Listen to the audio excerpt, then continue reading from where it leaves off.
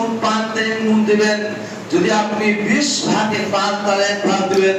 সেইখান থেকে আপনাকে সেই জিনিসটা আপনাকে বের করে দিতে হবে। একেবারে হচ্ছে নিষ্কৌশ। কেন আপনি সেটা দিবেন? কেন আপনি সেটা দিবেন? যেমন আপনি যে ফসলটা, আপনি যে ধান, আপনি যে গম, আপনি যে ভুট্টা, এগুলো জিনিস কামাচ্ছেন, আপনি এটা দিবেন। আপনি যে খরচ করেছেন অনেক হাজার হাজার টাকা পোকাকে বাঁচানোর জন্য, রাসায়নিক পদার্থ, সার, পানি, সেচ, অনেকগুলো আপনার কীটনাশক পদার্থ সেখানে ব্যবহার করেছেন, তার জন্য আপনি 20 ভাগের 1 ভাগ দিন। 20 ভাগের 1 ভাগও লোক পাওয়া যাচ্ছে না। 20 ভাগের 1 ভাগও লোক পাওয়া যাচ্ছে না। আল্লাহ পাক রব্বুল আলামিন কোরআনুল কারীমের মধ্যে বলছেন, ওয়াল্লাহু বিযাল্লামিন লিল আবিদ। আল্লাহ পাক রব্বুল আলামিন মানুষদের প্রতি জুলুম করেননি। মানুষদের প্রতি জুলুম নয়, আপনি আপনার যখন খরচ হয়েছে তার জন্য সেটা আপনাকে কমিয়ে আপনাকে সেটা 20 ভাগ 1 ভাগ করে দেওয়া হচ্ছে, 20 এর 1। তাহলে আল্লাহ বলছেন ওয়াল্লাহু বিযাল্লামিন লিল আবিদ, যে আল্লাহ পাক রব্বুল আলামিন বান্দাদের প্রতি জুলুম করেননি। তাহলে আপনাকে দিবেন না এটা জরুরি না, আপনাকে দিতেই হবে। কিন্তু আপনি যেটা আপনার নিসাব পরিমাণ হয়ে যাচ্ছে সেটা আপনি দিবেন, সেটা আপনি দিয়ে দিবেন। তাহলে বোঝা যাচ্ছে 20 ভাগের 1 ভাগ, 20 ভাগের 1 ভাগও লোক আজকে নেই। 20 ভাগের 1 ভাগও লোক আজকে কেউ দিচ্ছে না। আপনাকে প্রথমেই বলি, মহান করুণাময় রব্বুল আলামিনকে ভয় করুন, আল্লাহ পাক রব্বুল আলামিনকে ভয় করুন। তাহলে বোঝা যাচ্ছে এটা আপনার বাধ্যতামূলক, এটা আপনার ফরজ ইবাদত, এটা আপনার ফরজ কিন্তু কাজ, যেটা না দিলে আপনি অপরাধী হবেন। 5 ওয়াক্ত সালাত যেভাবে পড়লে না পড়লে আপনি অপরাধী হবেন, সেভাবে যাকাতও না দিলে আপনি অপরাধী হবেন। সেটা কবে দিবেন? আল্লাহ পাক রব্বুল আলামিন বলছেন, কুলু মিন সামারি ইজা আসমারা ইজা আসমারা, সেটা আপনি খাবেন। সেই আপনি আপনার ফসলকৃত উৎপাদন, যেটা আপনি উৎপাদন করেছেন ফসল, সেটা আপনি খাবেন। বলছে হাক্কাহু ইয়াউমা হাসাবিহি, এবং সেটা আপনি বের করে দিবেন কাটা মারার দিনে। কোন বের করবেন? বাড়িতে এসে রেখে দিয়েছেন, আছেই পড়ে, তা নয়। বলছে ইয়াউমা হাসাবিহি। ইয়াউমা হাসাবিহি বলা হচ্ছে যেদিন আপনি কেটে নিয়ে আসবেন, মেরে নিয়ে আসবেন, বাঁধ করে নিয়ে আসবেন, বাড়িতে যখন নিয়ে আসবেন তখনই আপনি সেটা বের করে দেন। আপনার শরীর হবে, আপনার সেটা সই হবে, আপনার জন্য সেটাই বাধ্যতামূলক ফরজ ইবাদত, আপনার জন্য কার্যকারী হবে। আল্লাহ পাক রব্বুল আলামিনের একাধিক কোরআনের আয়াত থেকে আমরা বুঝতে পারি যে এই যে ফরজকৃত ইবাদত, এটা আমাদের জন্য বাধ্যতামূলক রয়েছে, আমাদের জন্য এটা দেওয়ার প্রয়োজন, আমাদেরকে দিতেই হবে। কিন্তু এটা যদি না দিই, এটা যদি আমরা না দিই, তাহলে আমাদের কি আছে?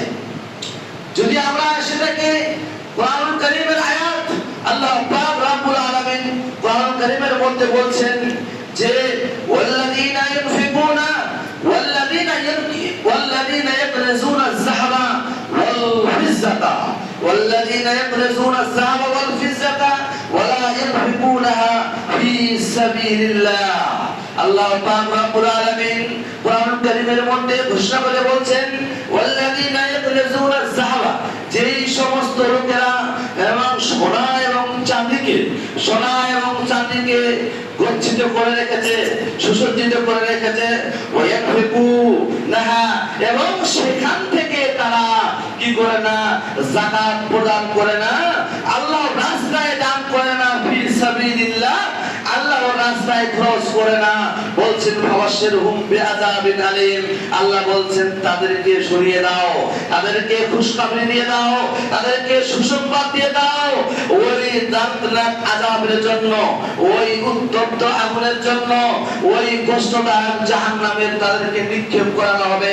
আল্লাহ পাক রব্বুল আলামিন এই কথা জানিয়ে দিলেন।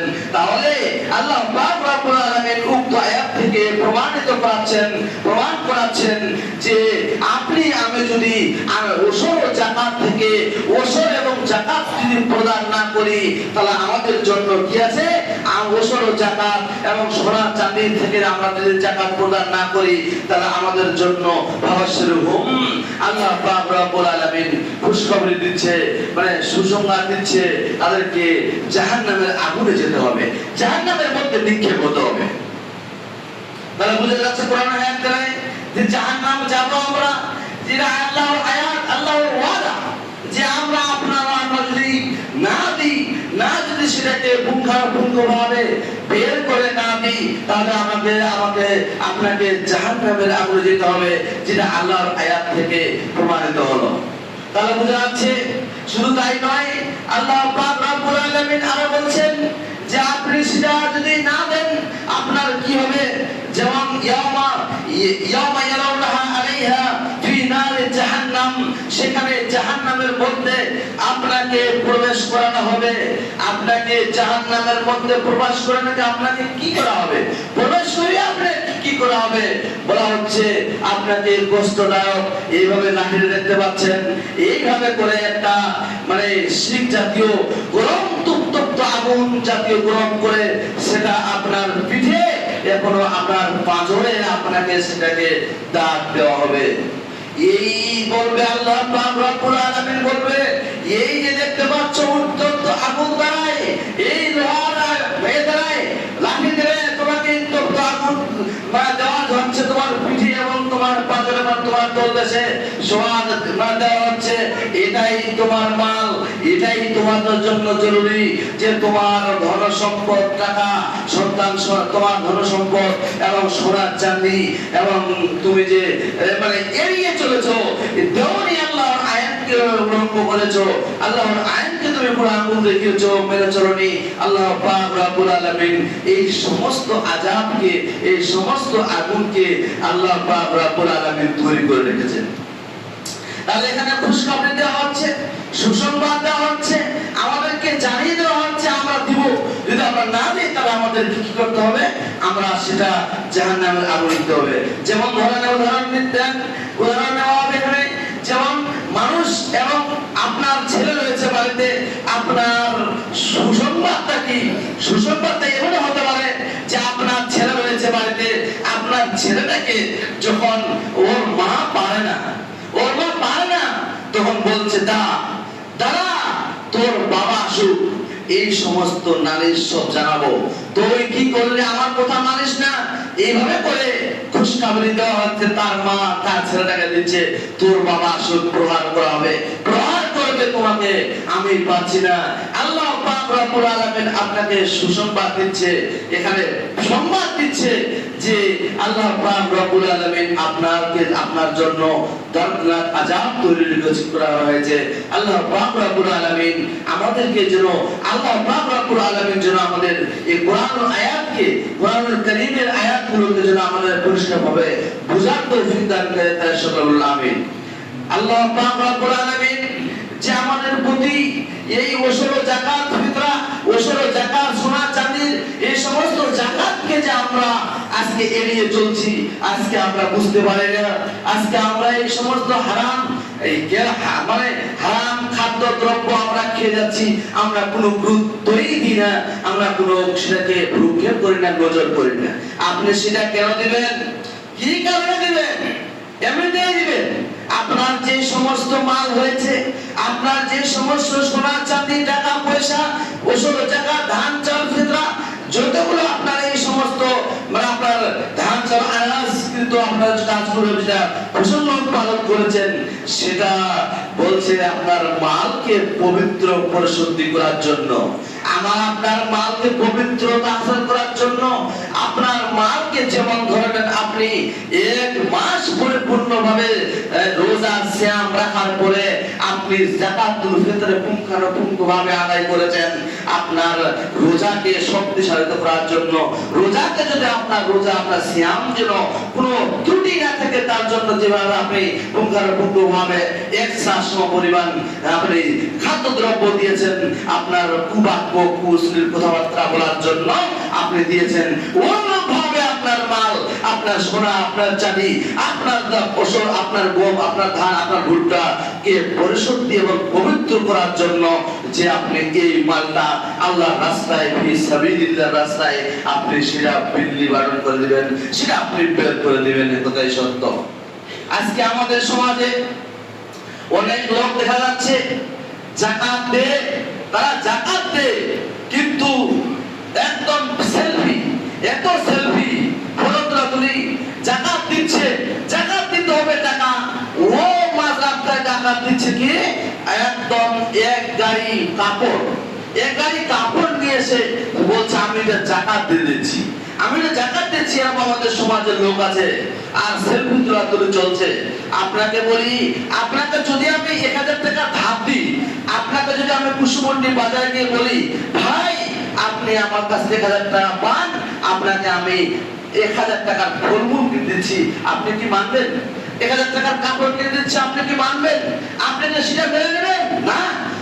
ওর দরকার চাল ডাল, ওর দরকার দ্রব্যাদি মূল্য, ওর দরকার টাকা পয়সা, এগুলো সে কিনে খাবার করবে বা আর কিছু করবে, সেই জিনিসটা সে যাকাতের পয়সা দিয়ে দিচ্ছে। আপনারা আপন বলি এই সমস্ত লোকদের আজকে সারা যাকাতটা কি জিনিস বুঝতে পারেনি। আজকে আমরা ইসলামের যেগুলো আমাদের ইসলামের আইন কানুন, যেগুলো আমাদের ইসলামের আদেশ নিষেধ, সেগুলোকে আমরা বুঝতে চাই না, আমরা এড়িয়ে চলি। আর আমরা সেটাকে এড়িয়ে চলি, আমরা তখন ভুলভাল ইবাদত করি। যা বলতে চাচ্ছিলাম, আল্লাহ পাক রব্বুল আলামিন যেন আমাদেরকে এই ওসর ও যাকাতকে বুঝার তৌফিক দান করে, আমরা যেন পুঙ্খানুপুঙ্খভাবে এটাকে বের করে দিতে পারি। আল্লাহ পাক রব্বুল আলামিন যেন আমাদের তৌফিক দান করে, তাই সকলে বলুন আমিন। আল্লাহ পাক রব্বুল আলামিন যেন আমাদেরকে এই সমস্ত কোরআনের আয়াতের ব্যাখ্যাকে আমরা যেন বুঝে উঠতে পারি, সকলে বলুন আমিন। আল্লাহ পাক রব্বুল আলামিনের কাছে দোয়া করি যে আল্লাহ পাক রব্বুল আলামিন আজকে ভারতের মুসলমান, আজকে পশ্চিম বাংলার মুসলমান, আজকে যেমন এসআইআর এর মানে এই কবলে পড়ে মানুষ অবহেলিত, মানুষ লাঞ্ছিত, মানুষ ঘৃণিত, প্রতারিত, আজকে মানুষ খুবই চিন্তায় বসবাস করে, ভাত রান্না থেকে যায়। আল্লাহ পাক রব্বুল আলামিনের কাছে আপনাদের একটা জিনিস বুঝতে হবে, সেটা হচ্ছে কি আল্লাহ পাক রব্বুল আলামিন কোরআনের মধ্যে বলছেন যে আমাকে যদি তুমি হেফাজত করো, আমাকে যদি তুমি হেফাজত করো, আমি তোমার হেফাজত করব। এখানে যদি কোনো রাজনৈতিক নেতা এসে যদি বাঁচাতে চায়, বাঁচাতে পারবে না। আপনি আল্লাহকে হেফাজত করলে আপনাকে আল্লাহ হেফাজত করবে। কিন্তু আমরা আজকে আল্লাহকে ভুলে গেছি। আপনার নবী দিতে পারলে আপনি বেঁচে গেলেন, এ কথা নয়।